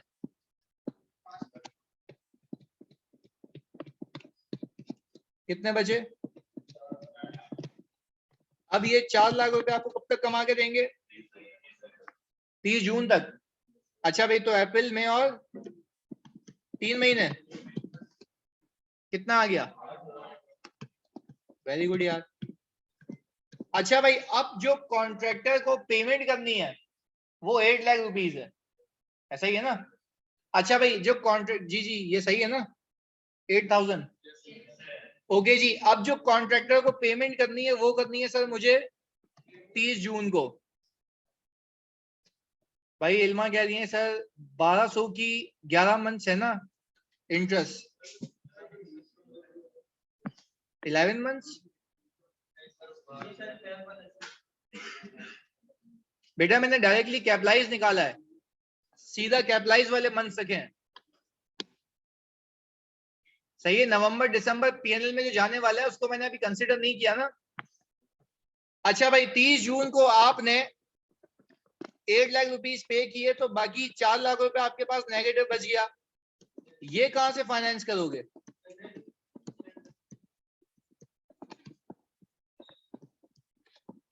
अच्छा भाई ये आ गया फाइनेंस फ्रॉम जनरल बोरिंग। तो मुझे एक बात बताओ, हमने यहां से जनरल का इंटरेस्ट कैलकुलेट करना है और ये हमने पैसे विड्रॉ किए थे 30 जून को, कितने जी, अच्छा मैं इस स्पेसिफिक बैंक से जो पैसे लिए, जैसे ही मैंने पैसे विड्रॉ किए ये इंटरेस्ट चार्ज होना यहाँ पे शुरू हो जाएगा। तो मुझे एक बात बताओ इस पे ऑफर्ड रेट ऑफ इंटरेस्ट कितना है,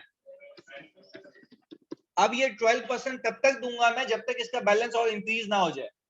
तो कब वापस पैसा निकालें, 1 सितंबर को। तो भाई ये हो गया जुलाई अगस्त, अच्छा ओके 3 महीने हो गए, तो ये 3/12 ये आ गया 12,000। हमने इसके अंदर सर 30 सितंबर को और कितने पैसे विड्रॉ किए, तो ये हो गया। अब ये इंटरेस्ट मैं चार्ज करूंगा, ये एसेट खत्म हो गया था आई थिंक 1 महीने बाद।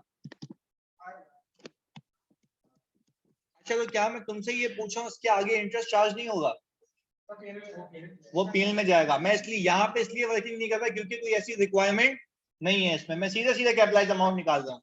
तो सर मेरे पास कुल मिला के ये जो आ गया 20,000।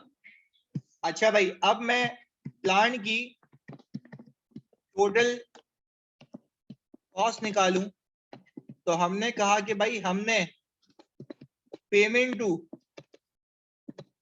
कॉन्ट्रैक्टर जो की है 2 मिलियन है, वो उन सबकी पेमेंट्स को मिला के हमने कहा कि सर स्पेसिफिक इंटरेस्ट कैपिटलाइज कितना है जी, 135 आ गया। अच्छा भाई जनरल इंटरेस्ट कैपिटलाइज कितना है जी, 20, और इनकम ऑन सरप्लस फंड्स कितना निकाला थी, ये भी 20।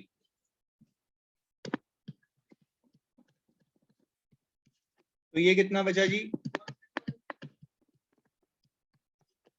हाँ भाई कितने लोगों ने 2135 निकाल लिया था, वेरी गुड। बाकी जी क्या गलती की थी, 2131 आ रहा है भाई यहाँ पे, तो यही आ रहा है। अच्छा भाई सही आ गया 2135,000। इसमें कोई एडिशन नहीं है, बट मुझे एक बात बताओ क्या यहाँ पे फर्नीचर के अंदर कोई एडिशन डिस्पोजल है? अच्छा भाई, वो कह रहे the company purchase a new set of furniture on June 1 by way of exchange. The fair value of the new furniture set कितना है भाई? 450 का। बोल ये रहा है कि जो आपका पुराना फर्नीचर है उसको सामने वाले ने जो वैल्यू लगाई है वो कितनी लगाई है? अच्छा, तो fair value of consideration given होता है यूजुअली, पर यहाँ पे मैं रिसीव को इसलिए लूंगा क्योंकि मेरे एसेट की वैल्यू रिलायबल नहीं है। तो सर कितने लोग ऐसे हैं जिन्होंने यहाँ पे कैपिटलाइजेशन 450 से ही की है?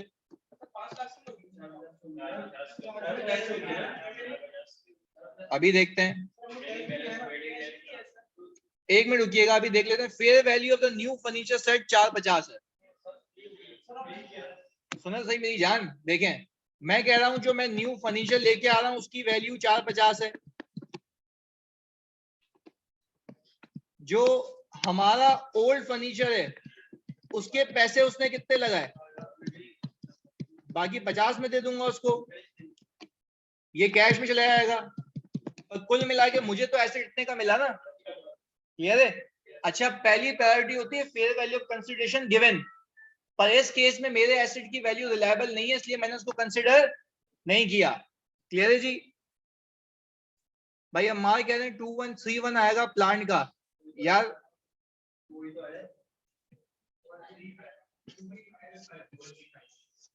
भाई चेक कर लो ये सही है ये।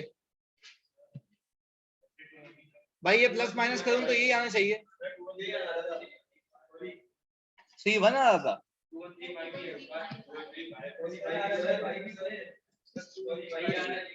यही है भाई, यही है।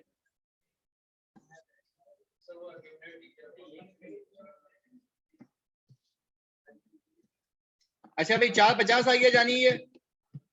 अच्छा भाई पहले जल्दी से बताओ क्या डिस्पोजल है?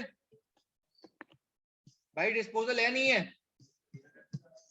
सर वो डिस्पोजल है, वो ये है कि भाई आपने जो ये एसेट परचेज किया हुआ था वो 5 लाख रुपीस का था ना, तो एक्सचेंज में जो गया है वो टेक्निकली बाय डिफॉल्ट क्या है? डिस्पोजल है। तो आपने यहाँ पे जितने पे ये कैरी हो रहा है इस अकाउंट में उतने से आपने क्या किया? इसको डिस्पोज कर दिया, ऐसा ही है। अच्छा अगर ये, भाई बहुत सुकून से समझना है इस बात को, अगर ये सवाल में कोई रीवैल्यूएशन नहीं होती तो मैं इसको यहाँ क्लोज कर देता, पर क्या क्लोज करूं या पहले डेप्रिसिएशन कैलकुलेट करूं? क्योंकि ये सवाल यहाँ क्लोज नहीं हुआ क्योंकि आखिर में क्या चीज बाकी है? रीवैल्यूएशन। चलिए जी, अब सर हम काम कर लेते हैं depreciation expense for the year पे।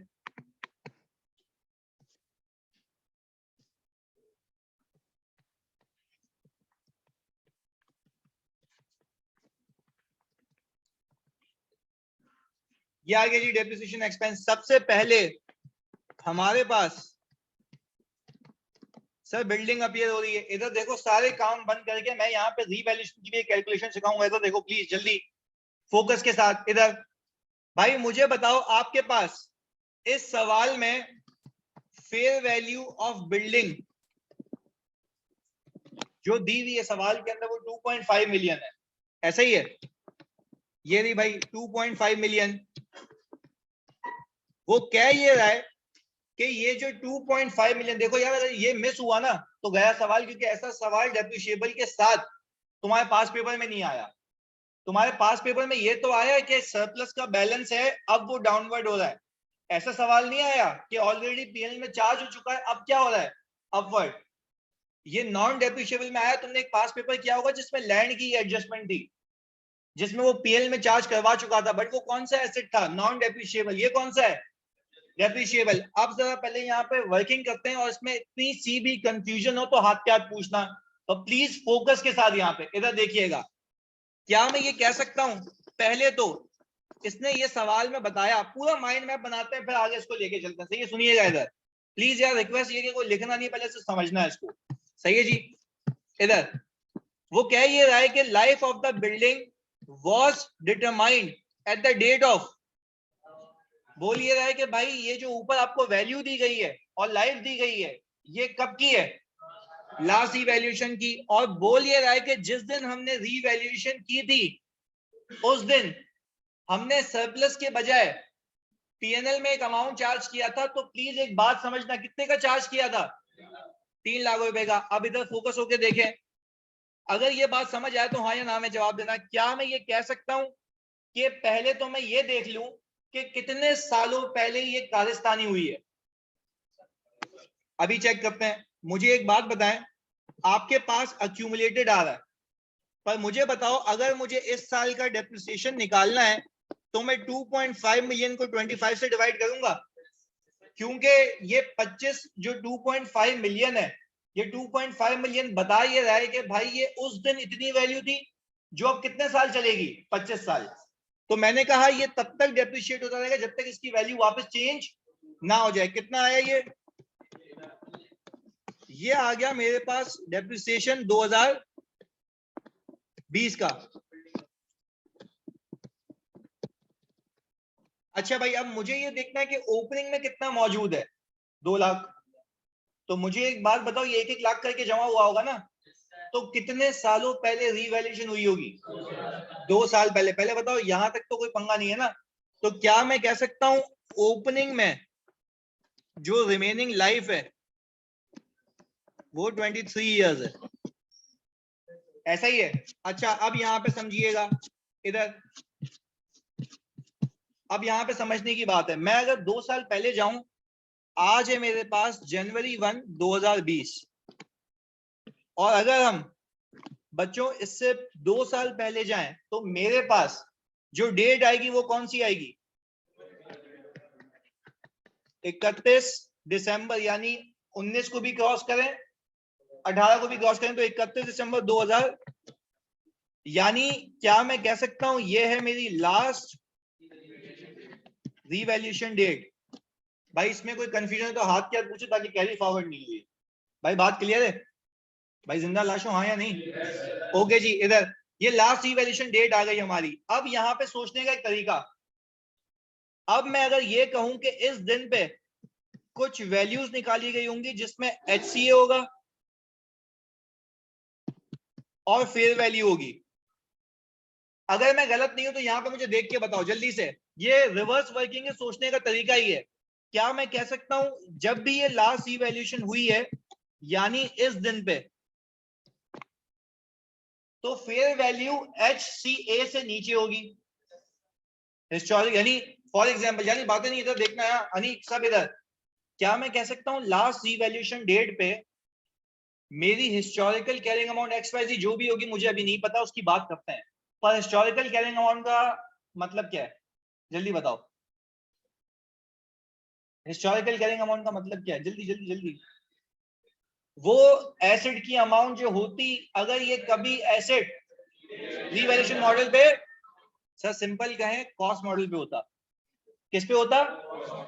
Very good. आगे सुनिएगा, सर कॉस्ट मॉडल पे होता। अब आगे सुनिएगा, सर क्या मैं कह सकता हूं वो अमाउंट XYZ ये होती जो मुझे नहीं पता अभी, पर वो जो भी अमाउंट है, वो जो भी अमाउंट है, प्लीज समझना, मैं यहां से यहां तक तब पहुंचाऊंगा जब मैंने कोई 3 लाख रुपए का PNL में लॉस बुक किया। याद इधर, जब मैंने 3 लाख रुपए का PNL में लॉस बुक किया, तो क्या तुम मुझे ये बता सकते हो कि हिस्टोरिकल कैरिंग अमाउंट कितनी होती? 2.8 मिलियन। यानी ये एसेट की वो अमाउंट होती जो एसेट कॉस्ट मॉडल पे होता और कभी रीवैल्यूएशन मॉडल पे ना होता। पहले बताओ यहां तक कोई पंगा है? ये क्लियर हो गया? ये बात हो रही है 31 दिसंबर 2017 की। अब आगे सुने, आगे सुने। मैंने अपनी आसानी के लिए, मुझे पता है कि अब रीवैल्यूएशन होनी है, तो क्या मेरे लिए HCA निकालना आसान है इस दिन पे जो मैं अभी यहां पे लिख रहा हूं? निकाल सकता हूं HCA? पक्की बात है? चलें जी, अब मुझे एक बात बताएं, सर अगर मैं यहां से यहां आता हूं, या बहुत सुकून से बताना मुझे, अगर मैं यहां से यहां आता हूं तो HCA निकालने का तरीका यह है कि 2.8 मिलियन को मैं डिवाइड कर दूं, यहां पे डायरेक्ट निकाल लेते हैं, 2.8 मिलियन डिवाइडेड बाय ये कितनी रिमेनिंग लाइफ को रिप्रेजेंट कर रहा था उस दिन 25 को, और मुझे अब इसकी वैल्यू चाहिए 3 साल के बाद। तो मैं इसको मल्टीप्लाई करूं किससे? 22 से। मुझे बताएंगे यहाँ पे बच्चों HCA कितनी आती है? 2464 चेक कर ले एक बार। यही है। अच्छा मेरी बात सुनो जल्दी से। क्या हम ये कह सकते हैं कि ये 2464,000 की वो अमाउंट है जो इस एसेट की होती अगर ये एसेट कॉस्ट मॉडल पे होता और कभी भी रीवैल्यूएशन मॉडल पे? इस बेसिकली सवाल में हमने किया कि हम बैकवर्ड गए, हमने जो लॉस उसने बताया था उसको ऐड करके HCA निकाली और HCA को कैरी फॉरवर्ड कर दिया और हमने देखा HCA इस दिन पे क्या होती है वो ये आ गई। भाई यहां तक कोई? हाँ, मल्टीप्लाई इसलिए किया क्योंकि मैंने कहा अगर 2.8 मिलियन की carrying amount, historical carrying amount 25 साल को रिप्रेजेंट कर रही है तो ये कॉस्ट मॉडल की कैरिंग अमाउंट क्या स्टैटिक रहती है, डेप्रिशिएट होकर कम हो जाती? तो मैंने कहा कितने साल बाकी रह जाते? 3 साल बाद 22, तो मैंने ये निकाल लिया। या तो यूं भी कर सकते हो 3 सालों का डेप्रिसिएशन बुक करो और माइनस कर दो। क्लियर है भाई? यहां तक कोई सवाल? क्लियर है पक्का यार? अनीक क्लियर है? राफे क्लियर हो गया भाई? क्लियर है सबको? ओके जी। जी हसान मोती वाला तो पूछ ले भाई क्या रिपीट करूं? तो ये तो बोलना इसमें से क्या रिपीट करूं? ये 3 चौरंगियां हैं। हसान जल्दी जानी।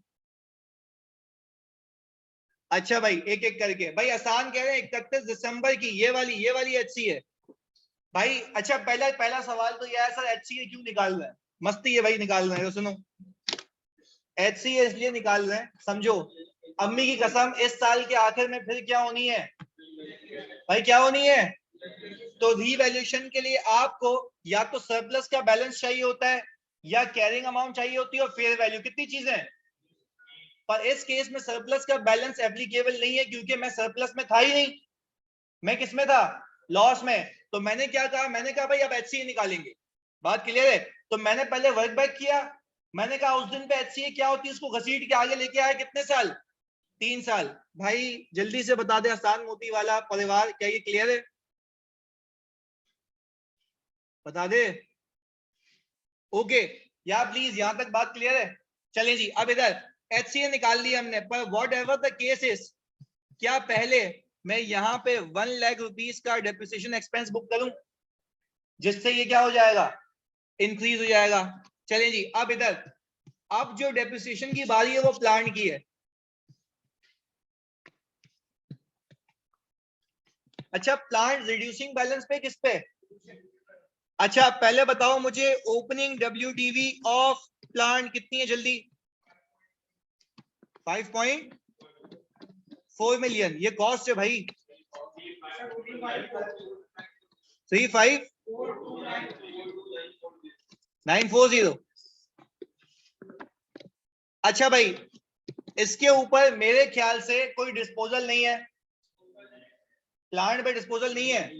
अगर होती तो खुदा के वास्ते याद रखना पहले वो कटाते इसमें से, वो भी बुक वैल्यू। बिल्कुल सही। रेट कितना है इसका? ये आ गया 354294। ये आ गया सर डेप्रिसिएशन ऑन ओपनिंग।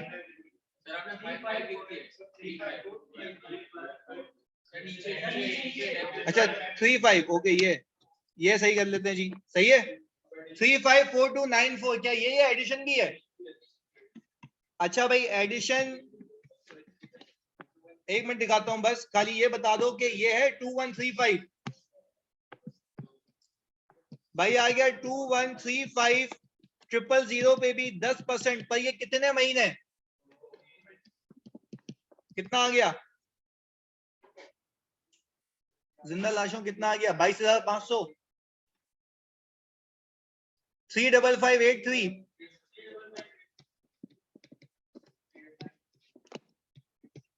389 877 बस यही है। अच्छा भाई आपने 389 877 ये बुक किया डेप्रिसिएशन फॉर द ईयर। अच्छा भाई अब सर आपके पास आ गया जी फर्नीचर। हाँ भाई जानी जल्दी बताओ कॉस्ट मॉडल पे है या बुक वैल्यू पे? मतलब सॉरी स्ट्रेट लाइन या रिड्यूसिंग? अच्छा भाई स्ट्रेट लाइन पे तो आपने ओपनिंग कॉस्ट पिक की, कितनी है वो ओपनिंग कॉस्ट? मैं इसको डायरेक्टली डेप्रिशिएट नहीं करूंगा, लेस कॉस्ट ऑफ वो थी सर, बची कितनी इसकी लाइफ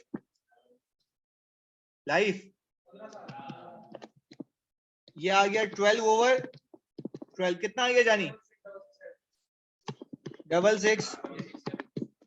अच्छा भाई एडिशन के मंथ कौन से काउंट किए बेटा? जब वो कंप्लीट हुआ उसके बाद के, अक्टूबर में कंप्लीट हुआ है, कितने महीने बच गए? 2 महीने, नवंबर दिसंबर।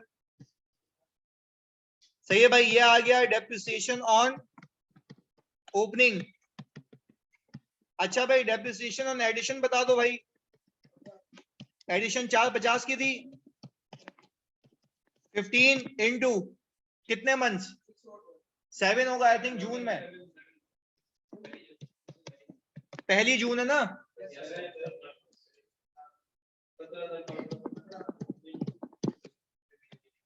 अच्छा भाई डेप्रिसिएशन ऑन और डिस्पोजल आई थिंक 5 लाख का था, 15 कितने मंथ्स के लिए? 5 मंथ्स, 5 है ना? कितना आ गया? 1388। Total depreciation expense for the year 98056, ऐसा ही है? चलिए जी, ये 98056 आपने यहां पे चिपका दिया जी। अच्छा अब याद देखें प्लीज इधर, मैं यहां पे इसको यहां क्लोज इसलिए नहीं कर सकता, पहले तो मैं अक्यूमुलेटेड रिवर्स करूंगा, कौन सा वाला? डिस्पोजल वाला।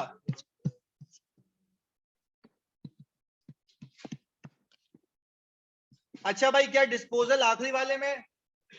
प्लीज मुझे जल्दी से बता दो इधर, यार जानी बातें नहीं।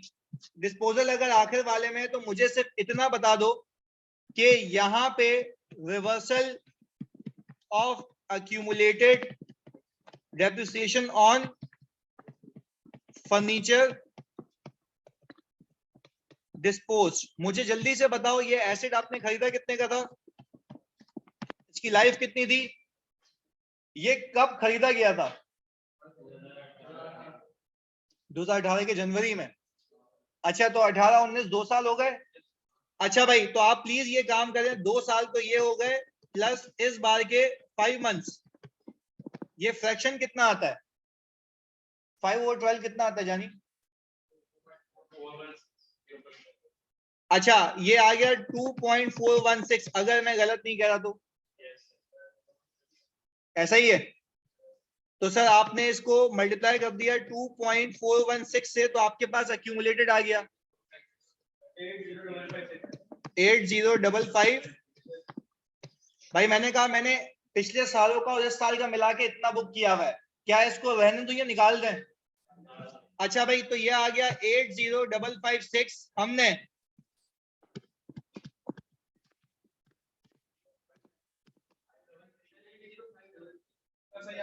ये सही है बिल्कुल, फिर रीचेक कर लो, कोई मसला नहीं है।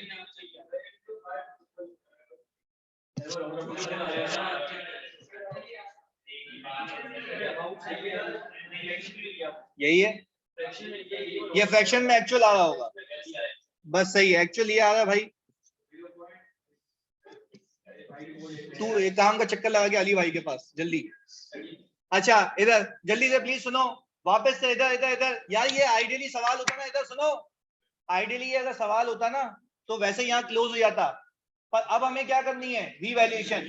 पर रीवैल्यूएशन करने से पहले हमें जितना भी एक्यूमुलेटेड है वो क्या करना होगा? रिवर्स करना होगा। तो सर हमने यहाँ पे लिख दिया एडजस्टमेंट अगेंस्ट, कितनी है भाई? और सर यहां पे आपने लिख दिया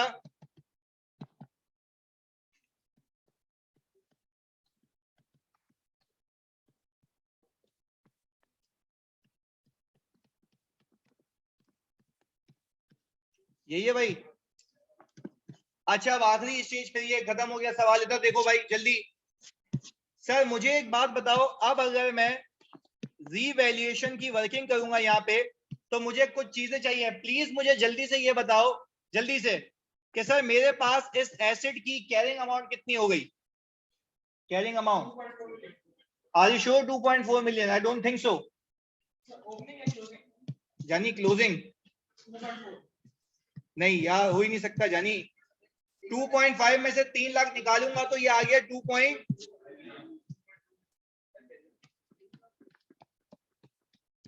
या प्लीज देखो तुम्हारे लिए ये वर्किंग है तो देखो प्लीज।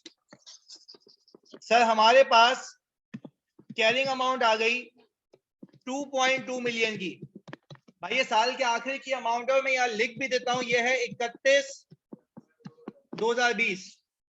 अच्छा प्लीज जल्दी बताओ इसकी हिस्टोरिकल कैरिंग अमाउंट हमने कितनी निकाली थी?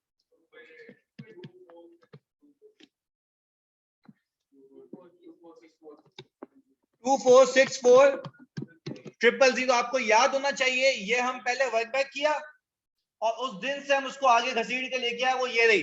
अच्छा अब मैं आपसे ये पूछता हूं, खुदा के वास्ते जल्दी बता दो मुझे कि हम ऑलरेडी क्या अपनी हिस्टोरिकल कैरिंग अमाउंट से नीचे मतलब लॉस में थे?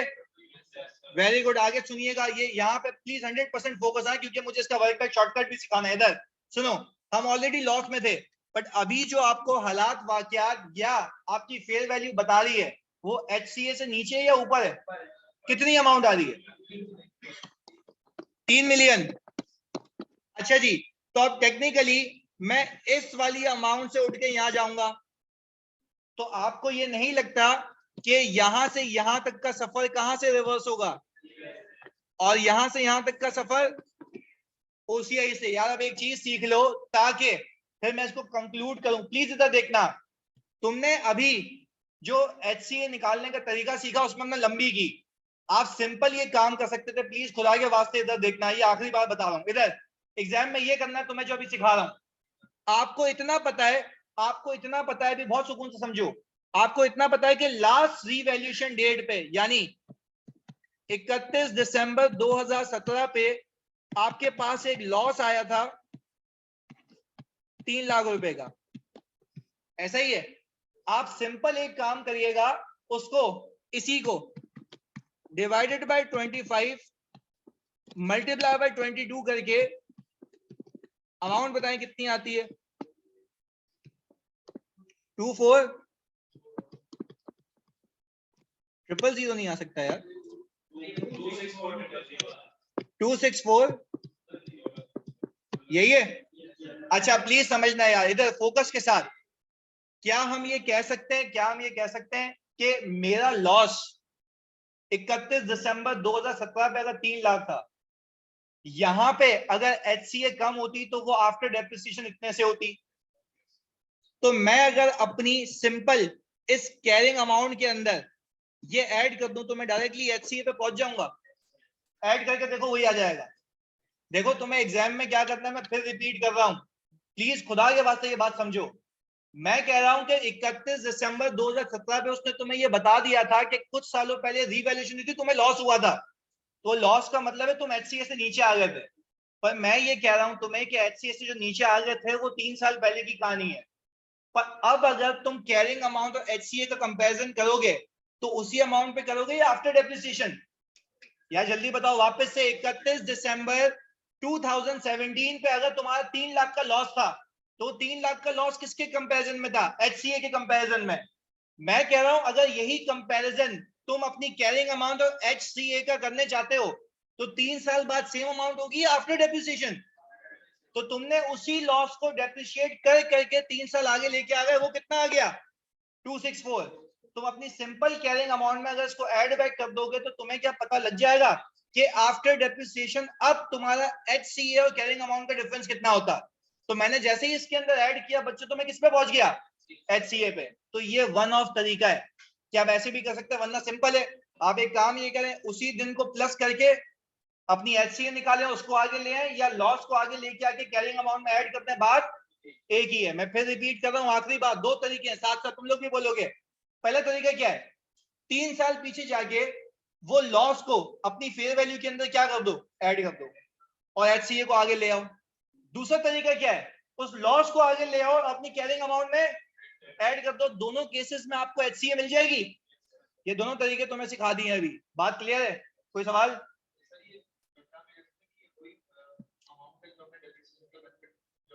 बिल्कुल, ये वही है। सही है। अच्छा जी, आगे जी। तो और लॉस हो जाएगा, पर हो सकता है कि इससे ज्यादा थोड़ी रिकवरी हो जाएगी। सही है। चलिए जी, इधर बच्चों प्लीज फोकस कराइए, इधर सब देखें। सर अब मुझे एक बात बताएं, क्या आप ये कह सकते हैं मेरा टोटल गेन कितना है? 2.2 और 3 का डिफरेंस कितना? 8 लाख रुपीस। अच्छा, अब मुझे तुम गाइड करो, 8 लाख रुपीस में से PNL से कितना रिवर्स करूं? 264,000, यही निकाला हुआ था हमने, यही लॉस था ना। अच्छा देखें, पूरा लॉस क्यों नहीं रिवर्स होगा, इसकी लॉजिक देता हूं। क्योंकि बाकी आपने डेप्रिसिएशन का भी तो बेनिफिट लिया है भाई। हर साल जो आप डेप्रिसिएशन बुक करते हैं, क्या उतना किया है या उससे कम किया है? तो वो बेनिफिट को कटा के रिवर्स करो ना। तो ये बकाया रिवर्स हो रहा है, आपके सामने ही आ रहा है। सर इसके ऊपर कितना? तो सर क्या हम अपने डिस्क्लोजर में जाके यहां पे रीवैल्यूएशन के केस में हमने कह दिया कि सर PNL से आ गया 264 और OCI में,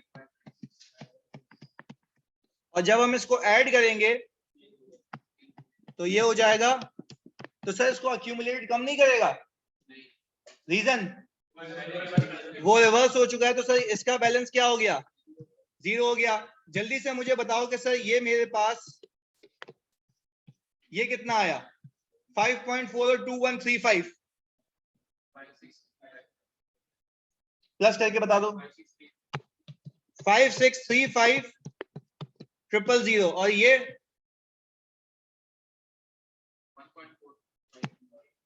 1.45, यही है। अच्छा जी सर, यहां पे ये तो हो गया 0, ये बता दो इसका अक्यूमुलेटेड।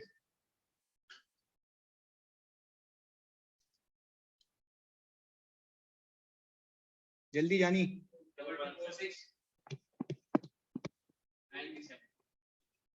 937 और ये 4175। भाई वो कह रहा है प्लांट की वैल्यू गलत आ रही है, प्लांट की वैल्यू चेक कर लो। 7535,000। भाई ये बात क्लियर है? या खुदा के वास्ते इस चीज को याद रखना कि अगर डाउनवर्ड से वापस अपवर्ड जाओगे तो आपको आपका जो HCA निकालने का तरीका दो है। या तो HCA को आगे लेके आ जाओ, या तो लॉस को आगे लेके आके उसके अंदर क्या कर दो, कैरिंग अमाउंट के अंदर ऐड कर दो। बात एक ही है जी। हाँ तो क्लोजिंग ही तो है सब। आपने जो ये तीन सारी कैरिंग अमाउंट का 2.2 लिया, अगर 2 साल में डेप्रिसिएशन है तो आपका बनता है 1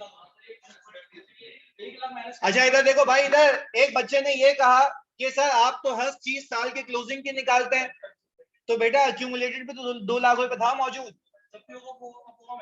तो बेटा आपका एसेट साल के शुरू में वैसे ही कितने पे कैरी हो रहा था? 2.3 पे। सही है। बिल्कुल सर, सजेस्टेड सोल्यूशन में लास्ट में भी कैरिंग अमाउंट शो की हुई। हाँ बिल्कुल, आप लास्ट में भी चौंगिया बता देंगे कॉस्ट की और अक्यूमुलेटेड डेप्रिसिएशन की। बिल्कुल। अच्छा भाई, असफर अली कह रहे हैं सर रिमेनिंग लाइफ हमारे पास 23 थी, हमने फिर 22 क्यों लिया? बेटा 23 थी साल के शुरू में, 22 है साल के आखिर में। सही है असफर, ये बात क्लियर हो गई? इस सवाल के कितने मार्क्स होंगे? 20 नंबर होंगे अगर ऐसा सवाल आया। नॉर्मली ऐसा ही आता है। सही जी, हमारी क्लास 9 बजे तक है। अच्छा, अब नमाज पढ़ के आओगे तुम, टाइम ही खत्म कर दोगे। एक चीज क्लियर सुनो, 2 सवाल दे रहा हूँ होमवर्क, और कल करके आने, अभी अभी दे रहा हूँ, PDF में अटैच कर रहा हूँ।